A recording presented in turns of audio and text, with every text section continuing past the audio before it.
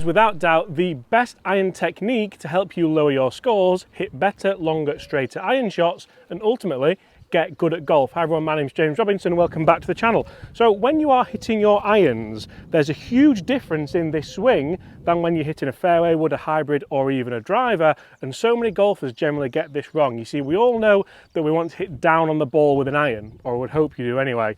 That is how we compress the ball, that is how we get the ball under control, and that's how we generally hit much straighter, better golf shots. But how do I do that? Because a lot of people say in the comments, James, you've told us what to do, but you've not told us how to do it. So in today's video, that's exactly what we're going to focus on, and we're going to talk about the left arm primarily for a right-handed golfer, so your lead arm. If you're a left-handed golfer, reverse this and think about your right arm.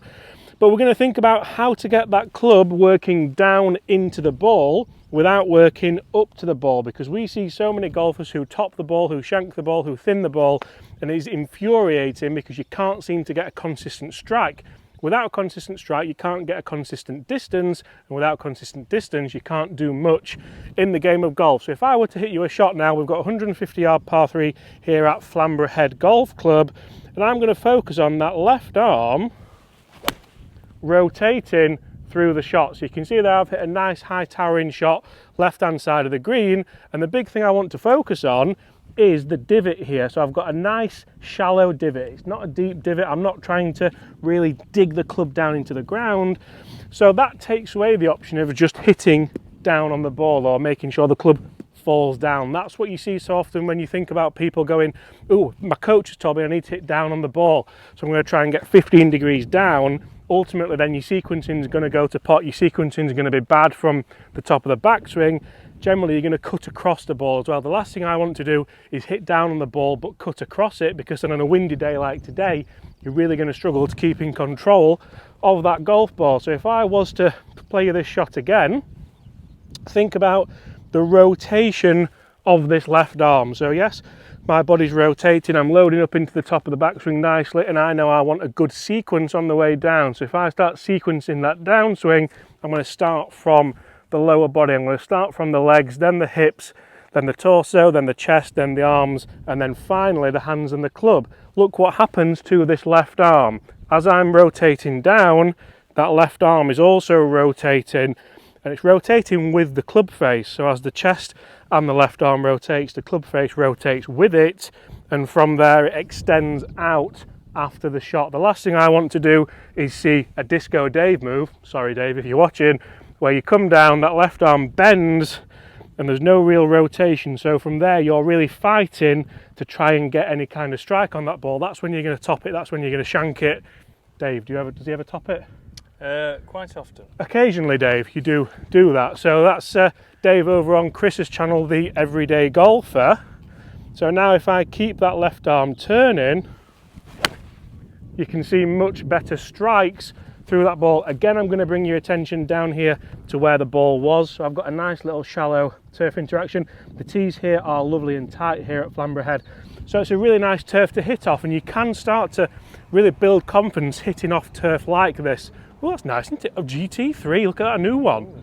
23 plate as well. Someone's doing all right. We need to start up in our game here on Get Good at Golf. But guys, a really interesting way of practicing it is just to get your left hand and feel how this club starts to set and rotate and move. Chris is going to give us some drills in just a second and really start to kind of brush the floor with that club as it rotates and as it works around.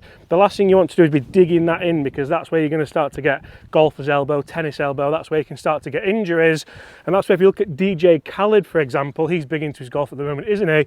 He's got a big sling on his arm because he does actually do this. He chicken wings a little bit. So DJ Khaled, might tag you in this. It'll be a really good video for you to enhance your ball striking and beat Mark Wahlberg more than just occasionally.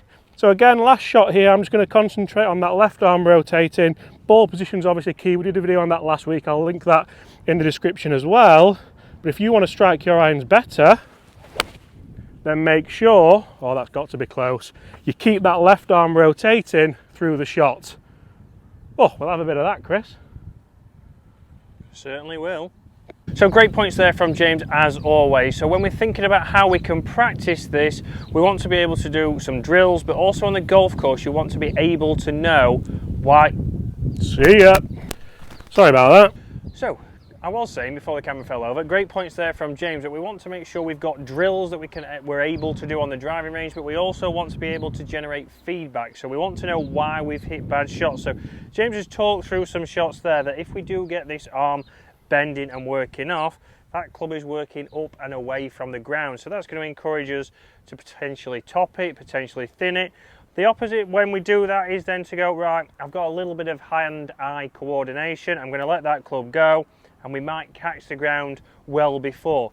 So I think you could either here have big heavy divots, or you could also take no divots at all, like somebody like Dave on the Everyday Golfer. So we want to get this left arm working better. So one way you can do it is you can practice this with your chipping.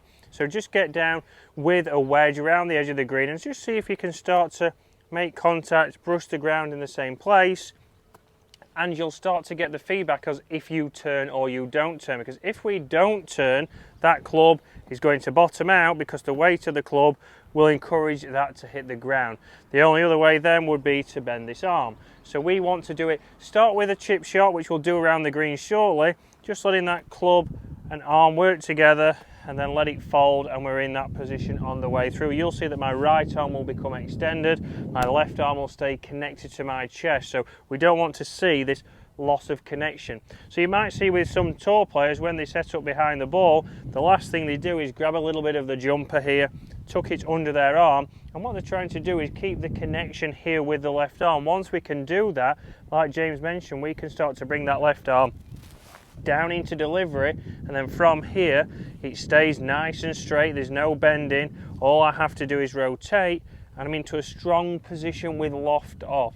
And this is throughout the game, so obviously even with your short stuff, even with your chipping, we don't want to see in your chipping that you would stand here and go like this with the wrist. We'd also don't want to see you lift up, but that's what we see from the mid-handicap golfers.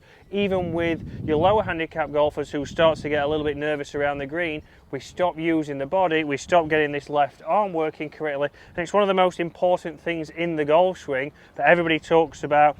Well, I need to feel here, here, here. Yeah, I've done all that, but if that arm doesn't work correctly, we're never going to generate good shots. So if I hit this one now, if you are somebody who wants to think about, right, why am I doing this, tuck this under your left arm, a little bit of a pinch with your jumper, get it nice and tight with your chest, and then hit some shots. Can you keep that in until you get through the golf ball? Because if you do, you should be able to hit a lot more solid shots. A nice little divot there, and that, unfortunately, it's not as close as James, which he will claim as he zooms in there. But let's go down to the green now, show you how we can do that. You see a nice interaction with the ground, not too deep. That's come off with a nice flight, penetrating flight, and it's got the distance, which is more important. Once we can do this, we can control your distance, control your trajectory, and help you get good at golf. Right, so down on the green, a perfect example of doing this one-handed chip shot. So all you're going to do is we're going to take your right hand, if you're a right-handed golfer, and hold your left arm to the chest, because how many times I see people do this drill, they don't have the right hand, they have it behind them, and they go. This is not going to encourage you to make good strikes. So keep that on there. We're then focusing on turning that body, matching it up nicely to the finish where we can see the club face. If I come in, I'm going to be able to take the feedback from this kind of shot, depending on how I strike this. See there, I've turned through, I've kept the connection, and it was actually a rather... You do tend to find you're striking more at the middle with this drill, don't you? Because you have to turn the face. We have to turn the face, we have to release the club, we have to turn the body, and we have to do it in sync. If we get a little bit quick, we'll see that the club will drop behind and we'll hit the dreaded shot there. If we don't get the timing right, if we get a little bit too tense, it's going to give you feedback. So if you learn how to do it with a short game, you can even do this with a putter to get better control of your putter face, then you can start to build it up into your longer stuff, and that's going to help you get good at golf.